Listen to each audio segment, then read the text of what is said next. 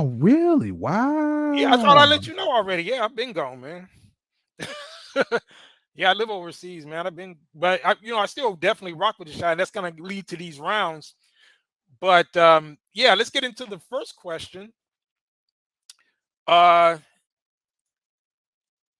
question one: growing up in Chicago, how did it shape you, and how does the Chicago of the past compare to now? Man, that's a deep question, brother.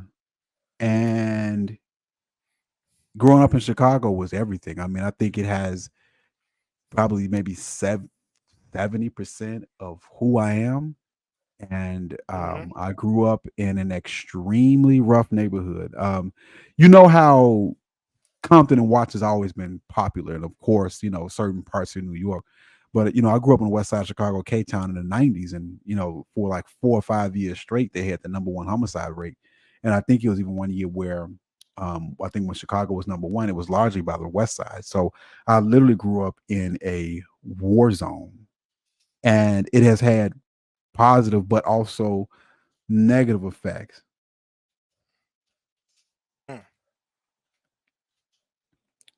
So it affected me in an adverse way. So you survive the hood. Now here's the difference. Now I've had brothers who, how can I say it? They would go to school, and this is not a bad thing. This is not a put down. They would go to school every day and they would go straight home, and they could only play in the backyard or in the front of the house, but in the gate, because they couldn't come outside because it was such a bad neighborhood, and they just had good parents. But if you were the type of guy, and I'm not trying to say I'm no tough guy, counselor. I mean, Dark Knight. I'm not trying to say I'm a cuff guy, but if you were the type that wanted to come outside, you had to know how to fight. You had to Yep. be brave. You couldn't be no punk. And here's the thing: you couldn't just think that way about yourself. You couldn't just feel that way about yourself. You had to be that and prove that and show that. Right. Right. Because somebody's going to test you. They call it pulling your whole Whole card. card. You remember Oh yeah. that? Oh yeah.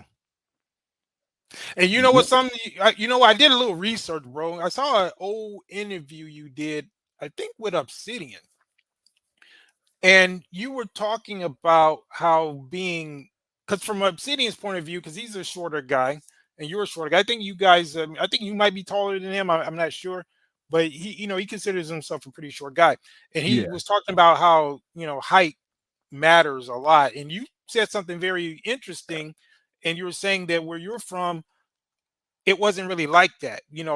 Being tall wasn't all that back in the day. And Obsidian Right. said, well, where he's from, it was always a thing, right? Being tall was an advantage.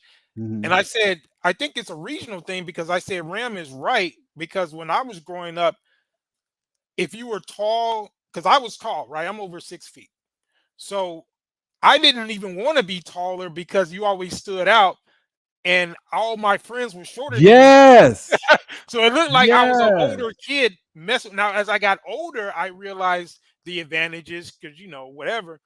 But when I was younger, I wanted to be shorter because all my friends were shorter than me.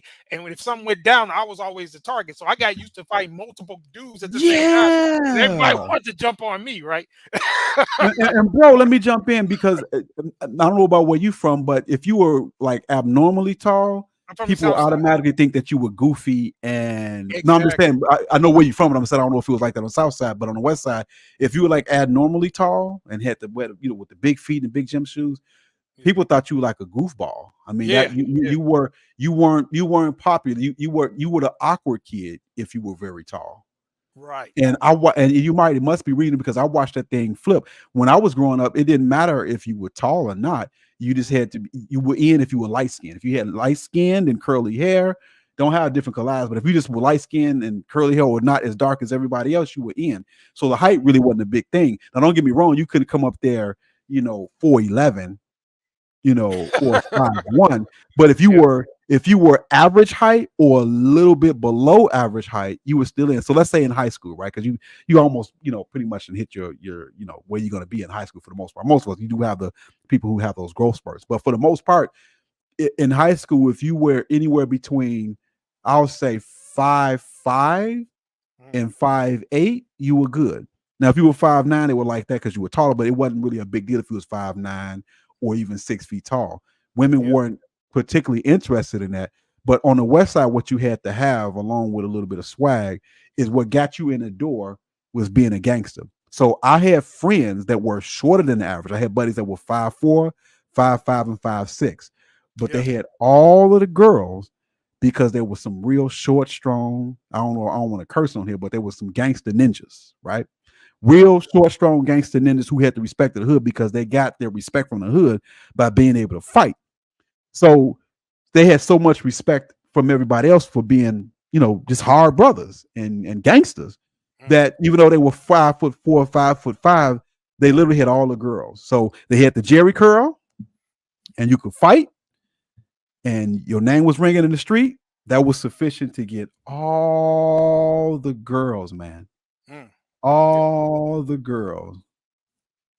Yeah, I'm a little older than you, so it was a little different because I came up in the 80s, the 90s too, but by the time the 90s were rolling around, I was entering into adulthood. But I definitely understood what you were talking about, bro. And let me ask you this, though. This is kind of a subset of the question because I know you've talked about in the past how much of a loss you've endured. And I know what you mean, bro. Hmm. I just give you a quick anecdote, and I want you to share something of yours. Just Hmm. growing up, and I remember the first, and this is what people don't understand is that Chicago wasn't always the way it was. At least because, like I said, I'm older than you. I remember a time when it was a lot more peaceful, but I didn't hear about people getting shot until I got well into high school. And in Hmm. fact, the first person I heard of getting shot was my favorite cousin, and he became a kind of a big time game maker on the east side. And it really shook me up, man. And it still kind of bothers me to this day. I remember having nightmares about it because it was my favorite cousin, and he was my favorite cousin from my favorite uncle.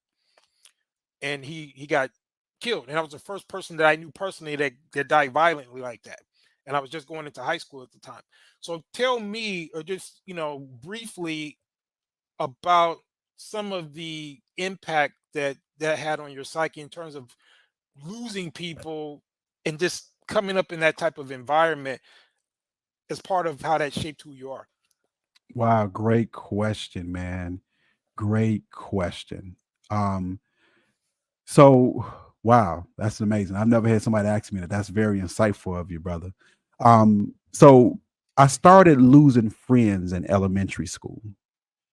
And it was weird. When I was in about the sixth grade, um, a young guy, a guy a grade or two under me, got a hold of a weapon and mistakenly unalived himself.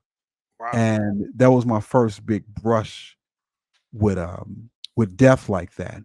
And that was when I was in sixth grade. In seventh grade, me and a group of friends of mine, we would go around the neighborhood and you know grabbing starter jackets and Jordan gym shoes and Mm, basically jumping on guys. Man, I wasn't a good person.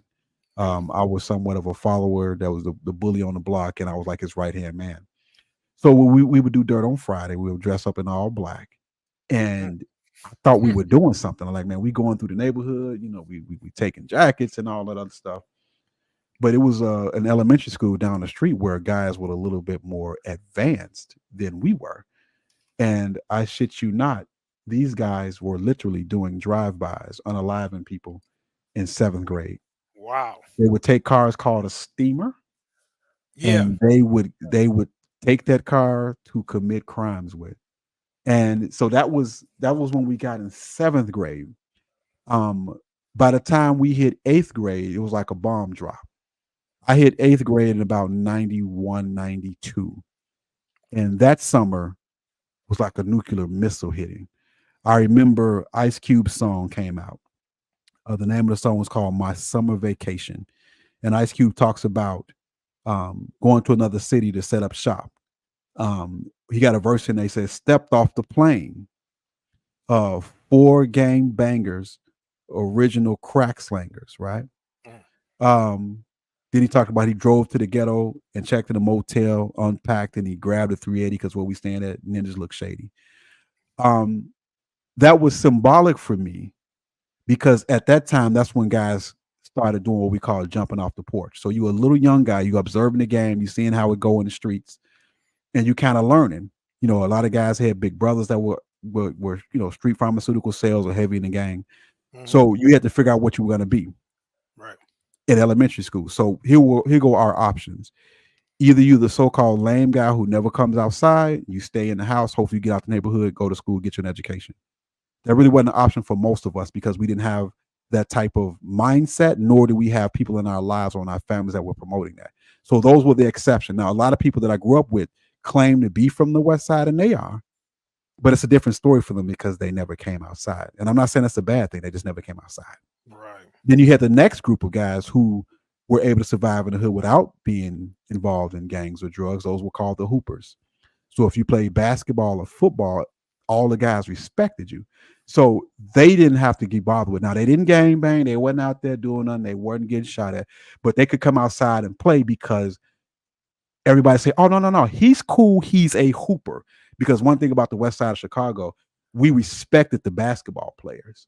The basketball players they didn't get as much respect as the D boys and the game bangers, but here go the levels. The D boy got the number one respect. The game bangers got number two, and number three was the basketball players. Now I would put the PIMPs in there, but those were usually the older generation because in the 90s that kind of started to die out a little bit.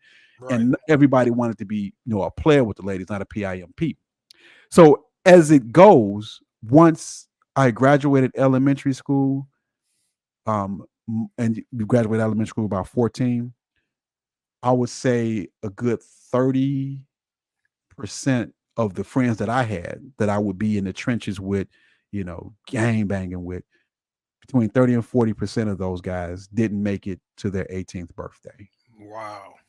And I once had an obituary collection, but I moved and couldn't find it. And this is no exaggeration. I'm having 4 or 5 friends die every year. And it wasn't just them because the people who were their opposition were dying too. I just didn't happen to know those guys. Wow. So 4 guys dying would eventually be 8, 9, and 10 because of the back and forth. And around that time, I had a guy step to me and say, "Hey man, you're about to go to high school. I know you ain't no hoe, I know you ain't no punk, but you're about to go to high school." He said, just like they say, "Nigga, you better jump down." That mean, hey, come join us. Nigga, you better come jump down. Yeah. And I said, "Man, bro, I don't want to do that. I'm kind of cool. I'm gonna stay to myself. Right? I think I'm gonna be cool."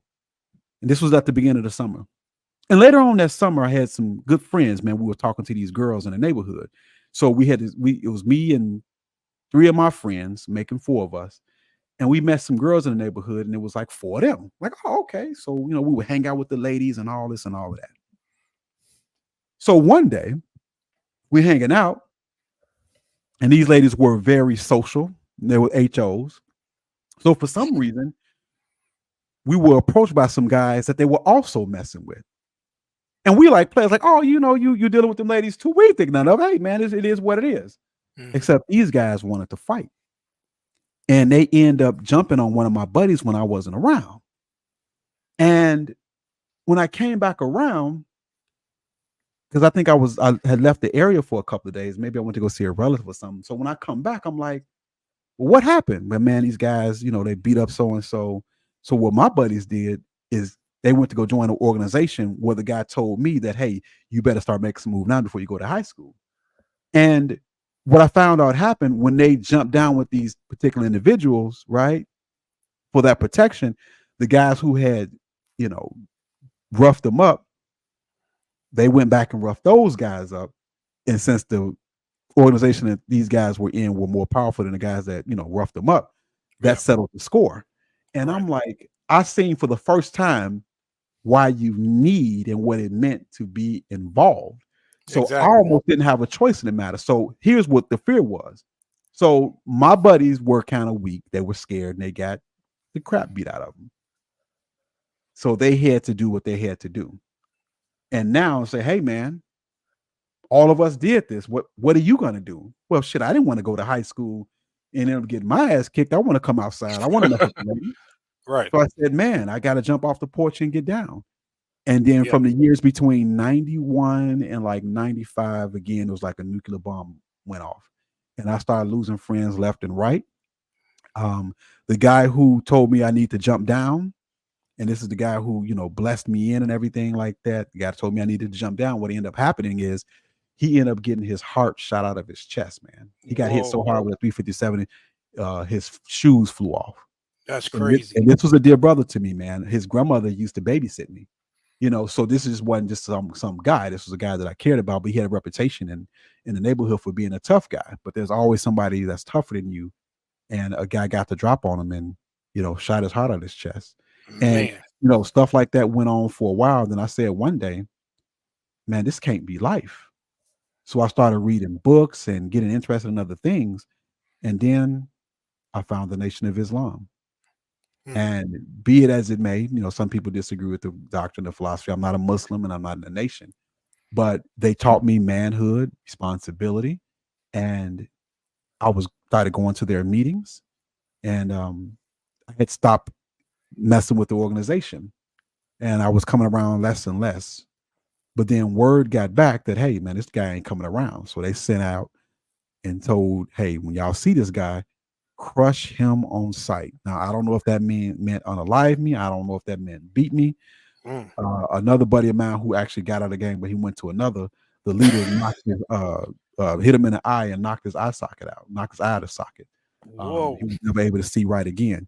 And I was next on the list. Now, I don't Well, know how Ram, bad I'm gonna get it. you're Go ahead. describing a war zone, bro. Just Yeah. continue, but it's very intriguing, man. This is some deep stuff. Iman Perry is shocked, but Oh continue, bro. yeah. Oh yeah. And another guy who tried to get out of the organization, he was caught by the leader of the organization and taken to Henry Horner Homes projects on the west side of Chicago, thrown out of a third floor window and beaten with radiator pipes almost to an inch of his life. And I was next because why haven't I been around? Why you ain't been putting in work? Why haven't you shown up? Mhm. So I had to stop coming outside, man, because there was too much. I mean, I got a mother, I got a father, I got sisters, and these guys have weapons. And I felt bad too because the same leader, I'm not the guy who got his heart shot out. There were times where he protected my life from other guys in the neighborhood. So I felt I owed a debt of gratitude to him, but I also was afraid. Like this guy really took care of me, but at the same time, this guy wants to get me. Mhm. So I would sneak to the Nation of Islam meetings. And one of the Nation of Islam guys, his name was Willis 13X. He said, hey man, I noticed you haven't been coming to the meeting. I said, yeah, man, I was in the organization. I'm trying to get out, man. They after me, man. So I have to be real careful. And the brother's like, what? So you mean to tell me that, you got some people out there? I said, yeah, man. I can't make it to these meetings all the time, man, although I want to because, I'm afraid for my life. And the brother said, you know what? We're going to go talk to him. I said, man, that's probably not a good idea, man. This is a leader, man. This guy is a, 5-star universal elite. That's a high ranking member, high ranking vice lord. I'm going to say it again. 5-star universal Mhm. elite. Mm. That means he has men under him that's willing to do anything he desires them to do. He's a shot caller. Wow. And I said, man, I don't think it's a good idea. He said, brother, let's just go on over. We're going to get some brothers. We're going to jump in this car. We got our suit and bow ties on. We're going to go Suit talk to bow him. ties. Yeah. Yes, sir. No weapons, though. They said we got suit and bow ties and they got Allah. They said Allah gonna bless us. Come with us. We're gonna go talk to this guy. I said, man, I forget it, man. I took the risk. I said, let's do it. So we jump in the car about 6 or 7 deep with the nation. They jumped out. He said, he looked back at me. Hey, brother, don't worry about it. Allah's on our side. Got out the car. We saw him. I mean, it was just like a miracle because he usually not standing outside because there's always a war going on. But we were able to really literally ride up on the leader Mm. while he was by Wow. himself. He just happened to be standing out by himself. We rolled up on him. And the Nation of Islam got out the car, started talking to him. They had me get out the car, and they talked to him and said, "Hey, man, this brother want to be on the righteous path, man. He wants to be one of ours. He got a bright future. He wants to go to school. He wants to make something of himself, and we want him to be one of us." Now, here's the irony: this man that they were talking to. Now, I'm not exaggerating. I have no reason to lie. This is not a fucking exaggeration. This guy, 6'4", 320 pounds. If you take the average man's fist and put them together to make two fists, that was one of his fists. Mm. This guy had long curls and a Yeah. baseball cap, and he is as strong as he looks. He is as intimidating as he looks. Right. And the irony is this: so the Nation of Islam is saying, "Hey, this guy wants to be one of us now." Now, this guy who they told that to, when I decided to join his organization, I was pseudo in another organization. So when I joined this organization, the guy that I was the organization that I was pseudo in, I wasn't really a active member, but I would hang around with the guys. They wanted to jump on me when I went and joined his organization. And that same guy who the Nation of Islam was talking to, he told the brothers that was after me, say, "Hey man, he with us now." And they said, "No, no, he used to be with us." He said, "Man," the leader said, "Man, fuck what he was. He with us now." And this pseudo organization I was in had to let me go. And now here, a few years later, I'm with the Nation of Islam, and they claiming me as their own, so he can let me go. And he pardoned me, man. He said, "You know what? Since he ain't trying to be involved in the street no more, he not trying to flip to another organization. You know, he wanted to be the Nation of Islam. We, you know, that we respect Elijah Muhammad," he said, and Louis Farrakhan. "I'm gonna let him go." And he Wow. let me go, man. Thus by extending and saving my life, man. And from that point forward, I was never the same man again. I didn't go in the street anymore. I didn't do anything destructive. There was no, no gangsterism. I got myself together Yeah. and walked the straight and narrow path. Of course, a few years later, that leader ended up getting killed. Before that, his brother ended up getting killed, and majority of the guys that were with us end up either getting long sentences in jail or losing their lives. And Wow. here I am now, man. And Wow. the Nation of Islam literally saved my life.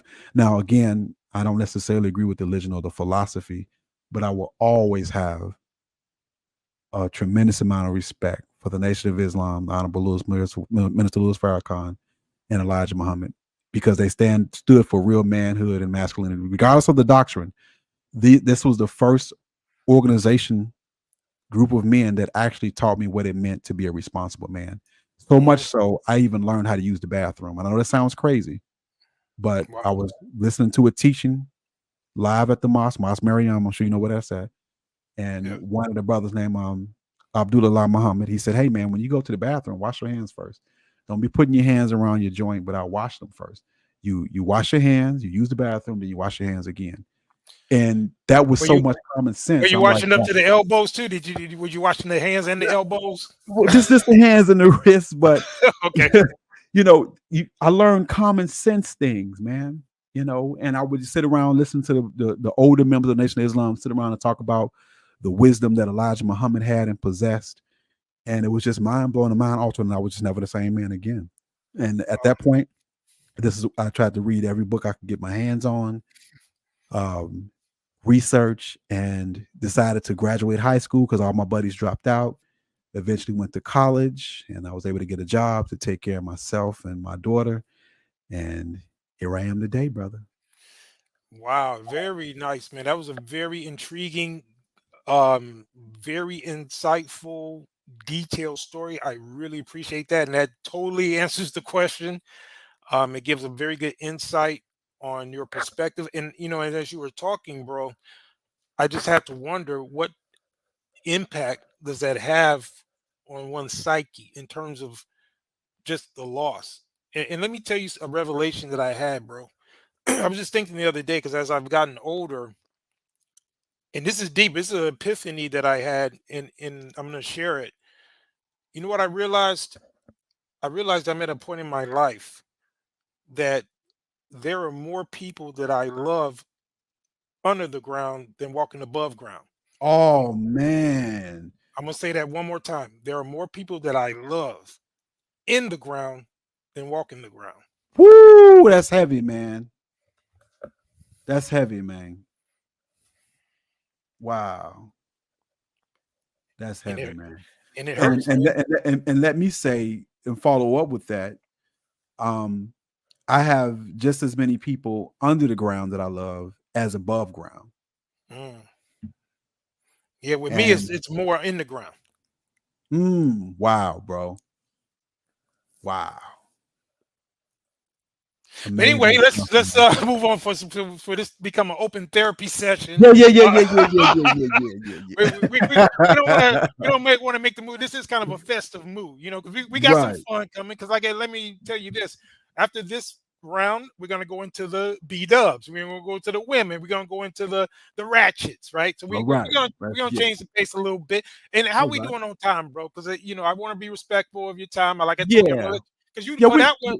Yeah, go ahead. we good. We can go to phase 2 of questions. Yeah, Oh, yeah, okay, we yeah, good. okay. Because like I said, you gave me a slow cook on that one. That was hard. I love the response. You went into detail. You pretty much did that slow roast. But you can cook however you want to cook, man. If you want to flame something real Yes, quick, sir. move to the next. That's up to you. As I said, the ball is in your court. I'm respecting your time, but I'm Appreciate letting you that, brother. set the tone. Okay, so that was good. So let's move on to the next question. Hmm. What do you love most about Chicago, and what do you hate most about Chicago? Woo, my brother, these questions are amazing, man. Told you, bro. We different. You don't play no games over here. What I love about Chicago, man. Let's do a little nostalgia, man. Hmm. Yeah. Will Smith, right? Right. Song called Summertime. Oh. Summertime. Yeah. Just lay back and rewind. Backyard barbecues with family, Mm, barbecues at the park, hanging out with your loved ones, man. One thing about Black Chicago, man, for a time, not as much anymore, but we were extremely family oriented. You would see a certain time of year, everybody with their family reunion t-shirts on, man. It's yeah. hot outside, people You, riding around with the sounds bumping, man. you mean like this, People bro? got their You mean like this, real quick? uh-oh.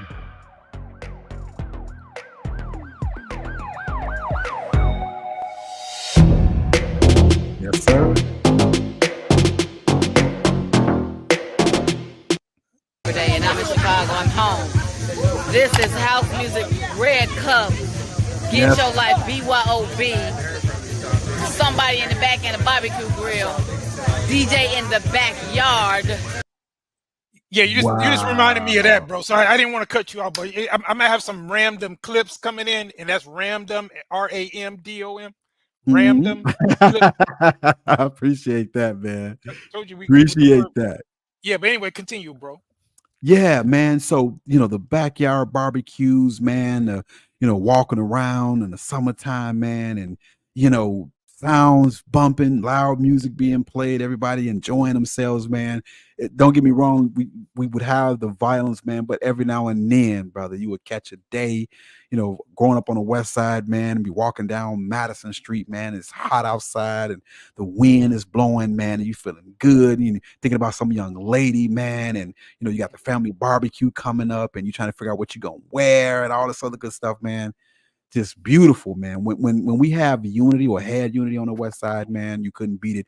Late at night on the porch talking with that cool summer breeze, man, at Yeah, night, dark skies, man, and everybody out having a good time, having a drink, reminiscing, talking shit, just on the porch having a good time. You look up, it's 6 hours y'all been out there, man. And then, with your guys when I was younger, man, going to the basketball court. We get to the basketball court, at 1 p.m., man, we ain't leaving until it's nighttime. I mean, literally walking up and down the court for 8 hours, man, hooping, man, yeah, tired, drinking water, coming back the next day like you didn't do it the previous day, man. So we hooping in the park, barbecues in the park, hanging out with your buddies, man. Wasn't nothing like that, man. yeah, Beautiful. I mean, when I close my eyes, man, and I go back to that time, those were some of the best moments of my life, man. Basketball in the park, the summer barbecue, seeing the girls in the biker shorts. Remember that? yeah. Seeing the Oh girls in the Daisy Dukes. You feel me? You know, yeah, yeah, all of that, man. Keisha got an attitude, but she fine as hell, man. yeah. Seeing all of that shit and girls getting dressed up in their best just to walk down the street. guys riding around with the booming system, LL Cool J, guys ride by with the booming system. Yeah. The 90s and the 80s, man, it was beautiful. That's what I love about Chicago, man. And don't forget the Nothing taste like of it, brother. Chicago too. Oh, the Done to taste, the man. taste, man. Don't forget The that. festivities, man. And let me tell you, man, some of the best food you ever have, man, is right there in the hood, man. Oh Chicago, yeah, man. yeah. Summertime. I Beautiful think food. Chicago got some of the best, whether it's soul food or just food in the country. To be honest, that's one thing I miss most. Because even though I've been living in Chicago in a number of years, I be getting them cravings, man. It's hard. You can't find nothing like it. The pizza or nothing. There's nothing like it. So that's one thing I miss, Mhm. bro. Wow, man. Man, yeah, you took Yeah, me man. back with that, bro. Bro, it was a beautiful time, man. A beautiful time, a beautiful place, man. Loved it. Um, but Chicago, what I don't like about it, beautiful city, man, but it's spiraled out of control. The whole culture has changed. Even gang culture has changed. It was used to be a time where there was organization and structure and wasn't as much gang violence, man. Now, Right. it's block by block. The violence is so thick and heavy, the disunity, the dysfunction, man. Um, it takes a heavy toll, and it's to the point where I had to move out, man. It was the environment was just way too destructive, so I had to move all the way out to DuPage County, man. I had to get out of Cook County, had to Oh get out of yeah. Chicago, bro. Oh, you um way out there. yeah, bro, to preserve my life, to have some sort of sense of cleanliness and safety, man. I always Yeah. would say this, and can I say the word NIWGGA on here? I don't Yeah, know. man. Go All ahead, right, so man. basically, I had this Shoot. saying. I grew up around niggas. Hmm. When I go to work, I work with niggas. In that prison. When I come home, I don't want to see no more niggas, man. So I got burned out with the environment, man. Um, and as if you're a regular hardworking guy, you become a big target, because they think you got something that they don't have. Yeah. So I'm not saying every part of the city of Chicago, but the place has went from sunshine to shit, man. And I thought it would get better, but it didn't. And it was rough in the '90s, and it's terrible today. And I actually I don't like that I feel this way, brother, but I actually get depressed when I ride in the city, to see Yeah. the poverty, the violence, the depravity, the drug addicts. You see the condition of the people, and you are of the people, you from the people, you love the people, but to see the condition is heartbreaking. So I do have an anger there, and I Mm. also have a hurt there, Right. and I have a lot of, as well as a lot of trauma. Right. And so I have a love and hate relationship with the city. um but it Chicago, I don't want to be the woe is me, man, but Chicago is tragic. It's a tragic place. Do you remember when Dantrell Davis got shot and Yeah. I heard of that. Yeah. Hmm. Yeah. I remember that, bro. Yeah. Can you hear me? when Robert Yummy Sandiford got killed? It was an outrage. Yeah. Yeah. Little But that Yummy. wasn't. He was Yeah, from Roseland, right? yeah, Wild bro. Wild Hundreds.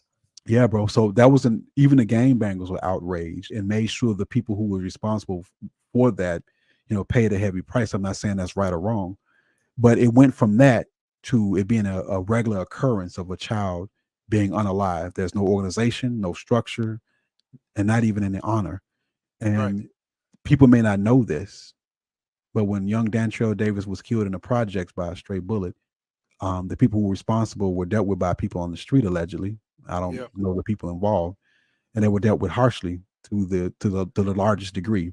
And Yeah. they tore the projects up to get those guys. And the same thing with the people who supposedly unalived Yami Sander for the young man, Jennifer. Yeah. I remember him. weren't seen again. Right. So it took justice, but now it's a common occurrence. So the city has been lost. The politicians don't have control. The people don't have control. It literally belongs to the criminal, worse than Mm. it was in the Al Capone days, I'm hearing. And that's what I hate the most about the city. It's actually, Illinois and Chicago is actually a failed state. And you Yeah. can see the failure. This is not an exaggeration. It's not hyperbole. It's a failed state. And the political corruptness is way worse. And I'm not going to tell you how I know. You can put it together. But hey, it's so corrupt. I'm not going to tell you any specifics. But Mhm. it's, from firsthand knowledge, it's 100 times more corrupt than you can ever imagine. From the political scene all the way down to the people in the street. And from what I know, not what I think, not what I heard, not what I feel, I know that people in these poor neighborhoods, they have a whole persona, mentality, and their whole being 100% of the time is criminality. They think 100% of the time in criminality. And the city is lost. And from what my eyes see from this distance, I don't think it's any hope for it. It doesn't look like it. It looks hopeless. But maybe one day. But I don't think that day is today or 10 years from now. It's literally a war zone out there. It's like hellfire there. So yeah, that's what I got to say about that, dear brother. Wow.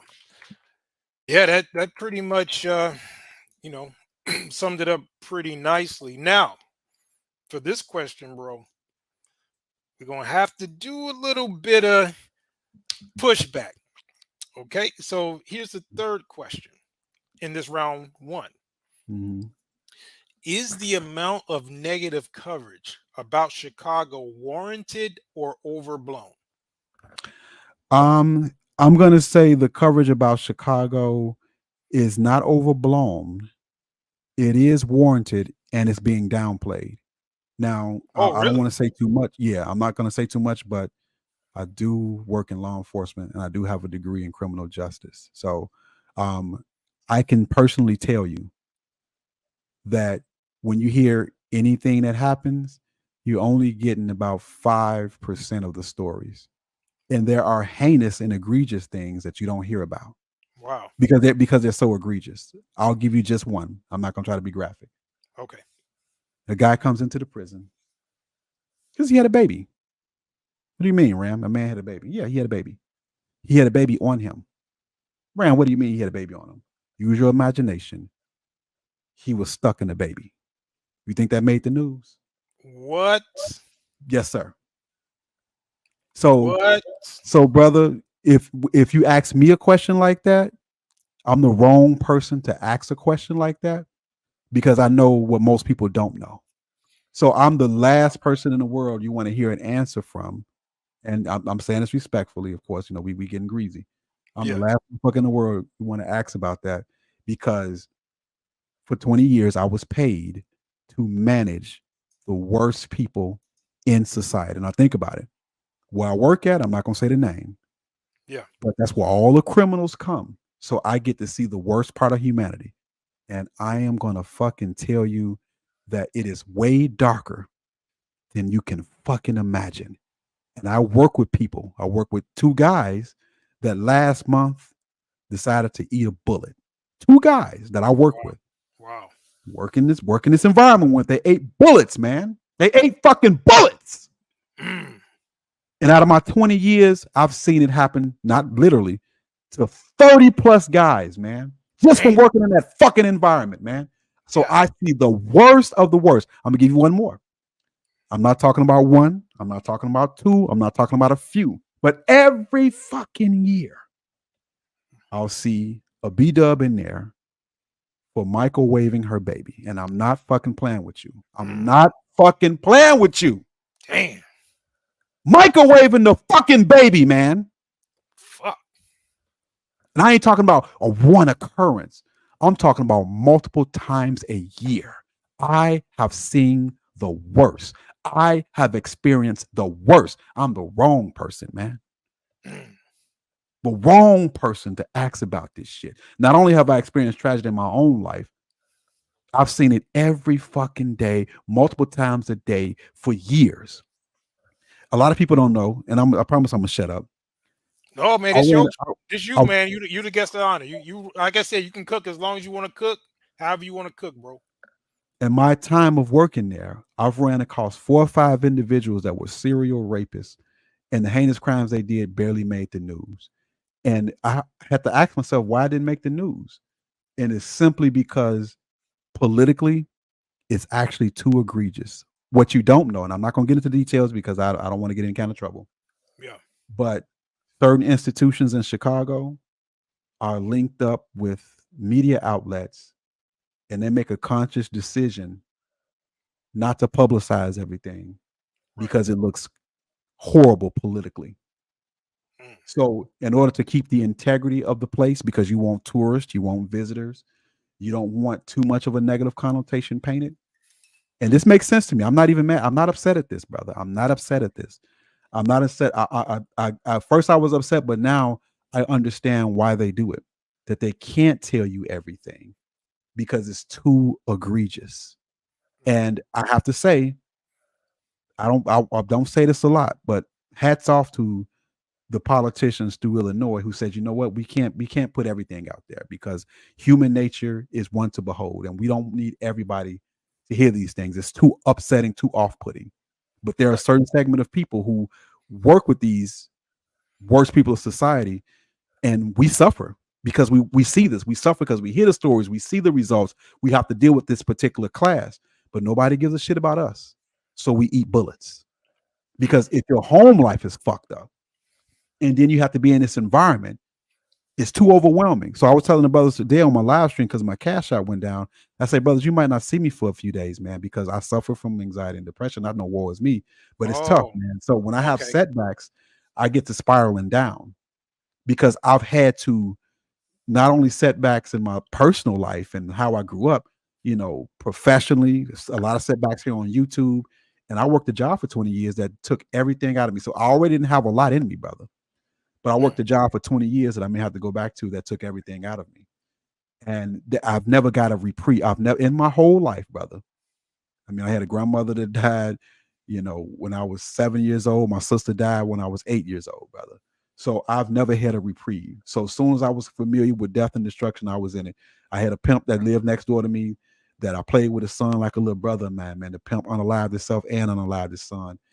That was in Mm. 1986, man. Wow. I was 7 years old, brother, laying in my bed trying to figure out how did this man that I've seen every day unalive himself and his son. I live right next door to these people. And I didn't realize it at the time, but that was trauma, brother. I couldn't sleep for weeks. I Wow. couldn't sleep for weeks as a little boy, man. And I couldn't tell anybody about that because I didn't think anybody would understood and nobody cared because I'm a little boy. Back then, Mm. kids were considered little pieces of shit that you never considered their feelings. You're a kid, boy, go somewhere and sit down. Nobody give a fuck about what you feel. But I was Mm. traumatized by that. Right. Traumatized, brother. Until this day, man, I'm 46 years old and I've never had a year of reprieve. Wow. Every year I'm losing somebody, man. Every year. And then my own personal tragedies. So I told about, say, hey, man, you might, I may not be able to get this Cash App thing resolved. I'm gonna have to probably use another payment method like Venmo. And Yeah. So what happened with that? I know this is off the subject, but yeah, you yeah, said yeah, Cash App is yeah. down. So exactly. So I'm gonna have to, use a Venmo or Zelle, but most brothers use Cash App. So that's gonna mess with my bottom line because I am trying to make a living off YouTube so I can retire. But Right. so I may not be able to restore Cash App because they claim that it was being used for something faulty. But I'm not doing nothing faulty, man. People send me a Cash App and I put it in the bank.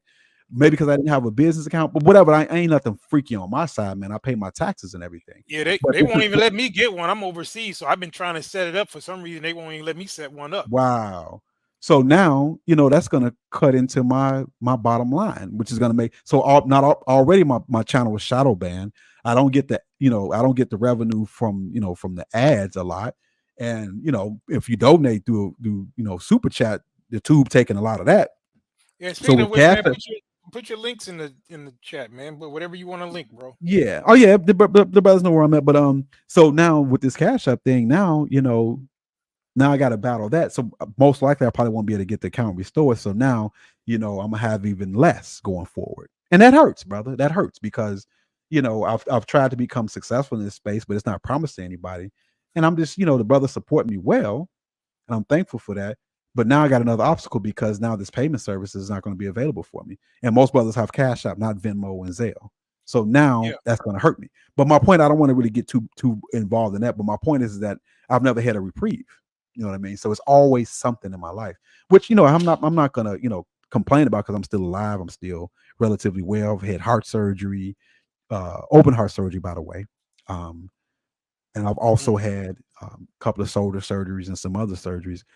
So but we keep pushing. But my point is, man, is that life is difficult for most, but harder for some, even harder for some. But at any rate, I'm gonna still keep going. At some point, I'm gonna get back, on my feed, and I'll still be doing YouTube till I can't do YouTube no more. Do Patreon till I can't do Patreon no more.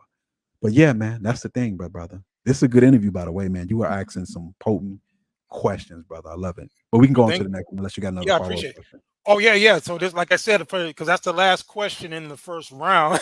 So it looked like Okay. you've been cooking though, man. But we like I said, I'm gonna try to get through them. So here's my pushback. Because like I said, the third of the line of questioning is a pushback a little bit. Mm-hmm. So here's what I say. Notwithstanding what you said, because that was powerful, powerful, powerful, and I'm not dismissing anything you said. I agree with it. I think you gave us a unique insight that I've never heard anywhere else. So, you guys are getting an exclusive because what he just dropped with that kind of, he kind of took the plate because he couldn't go all the way in for understandable reasons. But he gave us some exclusive insight. So that I very much appreciate that, bro. But here's my pushback, and let me get back to the question. And so here's what I would say. My position is this: when it comes to Chicago, right? And this is my issue because all of the above I agree with in terms of the political corruption. I have no reason to doubt whatsoever what you're saying is true. In fact, I know some aldermen personally. In fact, I actually dated an alderman's relative. So, and I would go to certain functions and things like that. So I kind of know it from another perspective as well. You know it from that criminal perspective. I know it, in terms of a lot of the political corruption that goes on. So you are 100% correct, and I see what you're saying. The pushback that I would give, though, is that there's nothing intrinsically unique about Chicago in terms of how bad it is compared to New York, Baltimore, all these other cities. Because just like you have the inside track in terms of this, how bad things really are across the United States, there are people who are withholding information about just how bad it really is. So, in that sense, I think that's more of an American problem. It's a cultural problem. But my particular issue with regard to how Chicago is portrayed is that just from the standpoint of the media, if you go back, Chicago was never at the forefront of being considered the worst city in America or anything like that. That came out of a political motivation when Barack Obama, who's not even really from Chicago, decided to start his political career in Chicago because, as you know, Chicago is pretty much a cultural center for black people. I mean, you got the DuSable Museum. It was founded by a black person, John Baptiste DuSable. Look at all the, like you mentioned, the NOI headquartered there. You have a lot of cultural relevance to Chicago. And when Obama came on the scene, it was a witch hunt, and they demonized Chicago in the media as a means to, the far right and a lot of those guys were using um, by proxy Chicago to get at Obama for a political witch hunt. Because when you pull out all the data, which I've done, if you look at the FBI crime stats, you look at all these different articles that they produce to show the top violent cities, Chicago never makes the list of the top 10, and people are always surprised at that. But when you dig into the research, you understand why, because they're far more dangerous and violent cities than Chicago. And the little extras that's put on it is for political reasons. And that's my problem. I'm not saying that anything that people say, especially someone like yourself who knows the inside story, is not true. I'm just saying it's like that across the board. And there's nothing intrinsically bad or worse about Chicago. And I think that um, there's political reasons that are at work that's doing this. And I think that, and one of the issues that I have is that those of us who are from the city should provide a little bit more nuance as opposed to just kind of jumping on board with some of the people who are outside. I had a back and forth with Anton Daniels, for example, and I shout out to Anton. I rock with him. But it's funny because he's always trying to put out bad news about Chicago. I'm like, bro, Detroit is worse than Chicago. It's smaller in population, but per capita it's more violent. I pulled up the stats, but you can have someone like him who's in a glass house throwing stones, using his large platform to demonize Chicago, when in actuality, his city and other cities are just as bad, if not worse. So that's the only pushback that I would give in terms of I think it is slightly overblown and there's a political motivation behind it. So what do you say to that? Yeah, I can't disagree with you because I did see how that was used when Obama was running for president to basically say, for the most part, that hey, you come from a city that's overrun by drugs, crime, and violence, and I do see how it was used as a political tool. But I think that's a different question. I think Chicago is every bit of negative as the media says. However, they use it for political reasons. And I do agree with you when you say about, Detroit and other places are just as violent. So it's not that Chicago isn't as negative. It's just that the negativity is being used in a different way. But it is very bad. But Chicago isn't the only bad place, of course. But that's still not to excuse how bad Chicago is. One thing I will say, the only disagreement I will have, and this is not something I heard, it's something that I know. The only disagreement I will have is that Chicago may not, it's up there with, all of the murders in other cities, right? The other big cities have, like your Detroits, your Memphises. So, they're kind of like, I wouldn't say neck and neck, but they're in the same range. Yeah. But Chicago is known more so for armed robberies and carjackings, and that goes on more than any other city. So I want to add this. Now, this is not something I heard. This is not something I feel. This is not a perspective from somebody in the media. This is what I know. This is not what I heard. This is what I know. So the unique difference crime rise in Chicago is this. Unlike your Detroits and your St. Louis's and your DC's and your Memphises, Chicago, more than any other city, they victimize the everyday hardworking person. They shoot the off-duty police officer. They shoot the school teacher. They shoot the grandmama. They shoot the baby. And along with that, I think it was in 2021 or 22, there were 30,000 robberies and 30,000 carjackings. Think about that number. 30,000 robberies plus 30,000 carjackings. And what year was When that? you look at, I believe I think it may have been 22 or 21. So if you go on, I believe, I haven't checked the website in a while. I think it's the FBI Uniform Crime Report. You can see, itemized crime. And unbeknownst to a lot of people, Chicago has the highest rates in the whole country and possibly the world for those who are not only robberies, but armed robberies and carjackings. And the reason what they do is that they try to separate those three things. But when you put them together, even though Chicago does have 1 million people, if you put all of those crimes together, including, thefts and burglaries and property crimes that happen to people, so somebody steal your phone, that's a really big thing to the person who owns the phone. We talking about hundreds of thousands. So a lot of places is gang bang on gang bang or gangster against gangster, but Chicago has a specialty of hurting everyday hardworking people. And the police in Chicago have a tendency to arrest, pull over, and I don't want to say harass, but target the everyday person, the person who has the driver's license and insurance.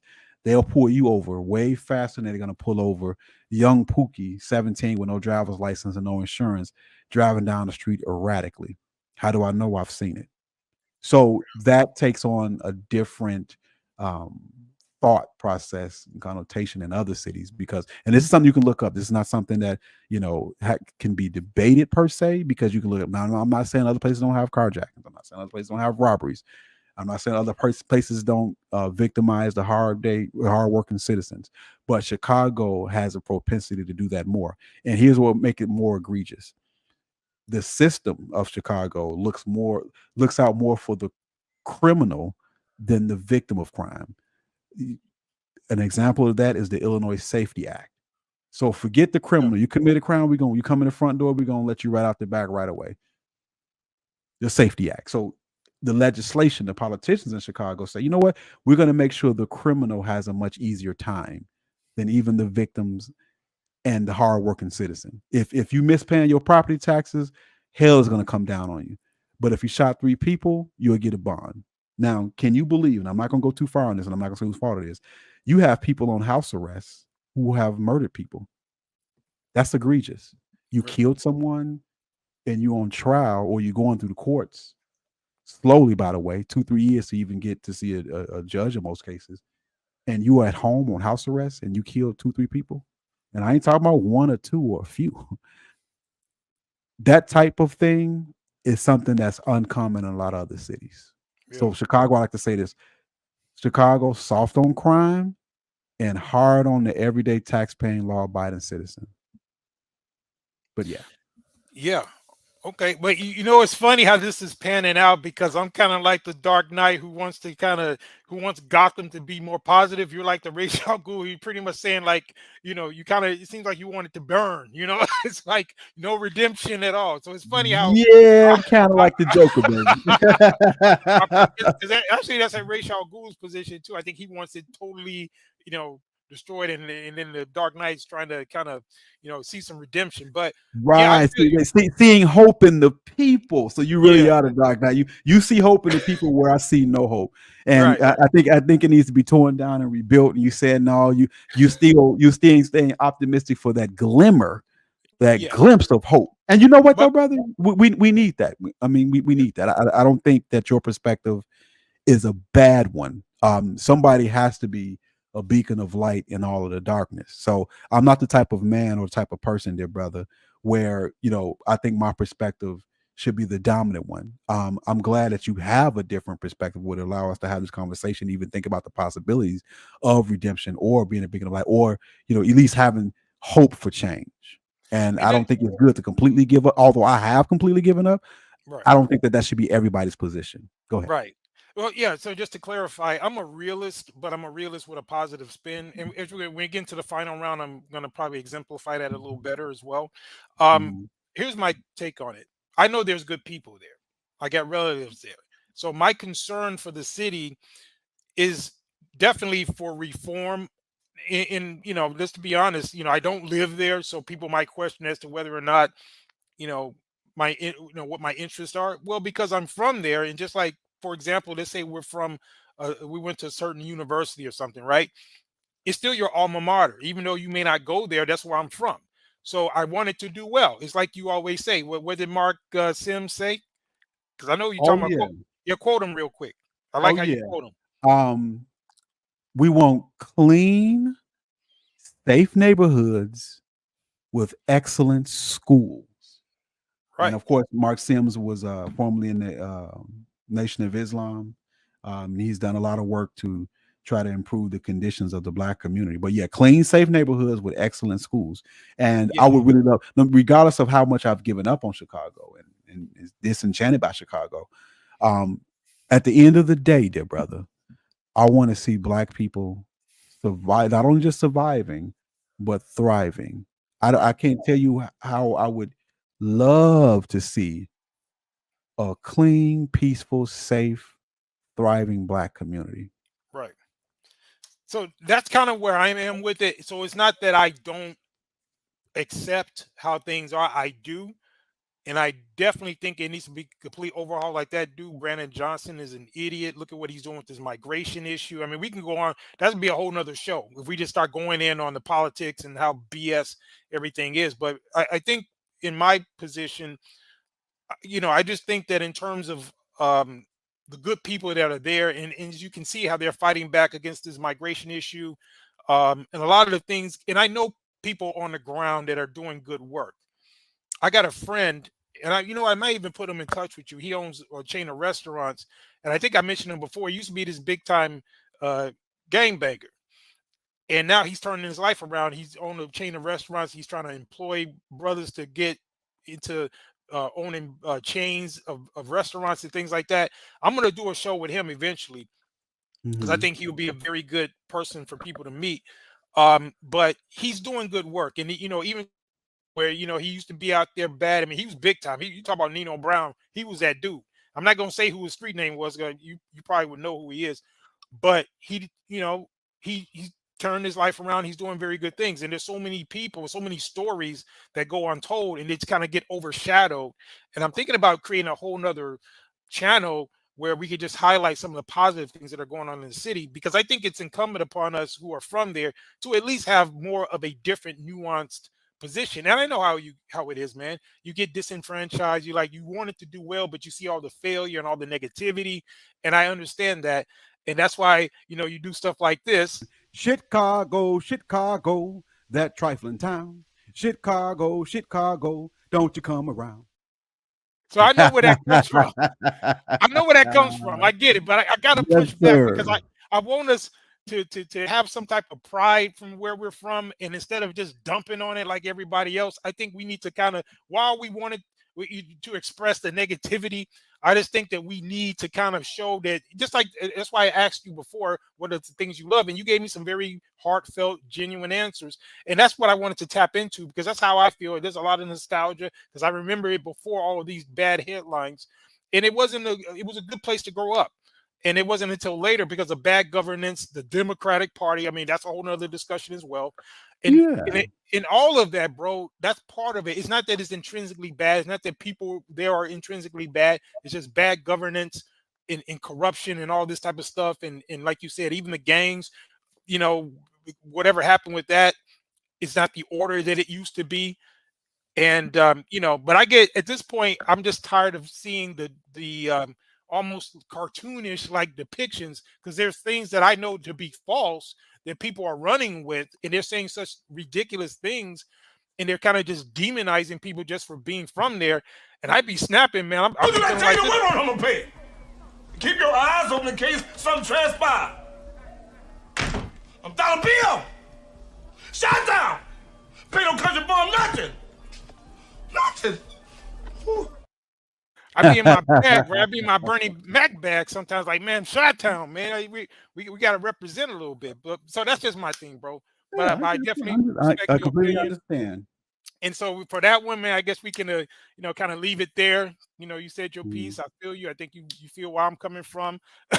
Yeah, Bernie Mac, Chicago legend, right there. Okay, but great job, bro. That's round one. Like I said, we going in. This is very good. I still want to be respectful of your time. I thank you so much for giving me the time that you've given. But how we doing, bro? Are you ready for some more? Or how you want? I think we can go for one or two more. Then I got to jump off of here. Okay, yeah, we're gonna run through them pretty quick, because I did have 3 rounds, so I'm gonna have to kind of skip through them. But let's get into this second round.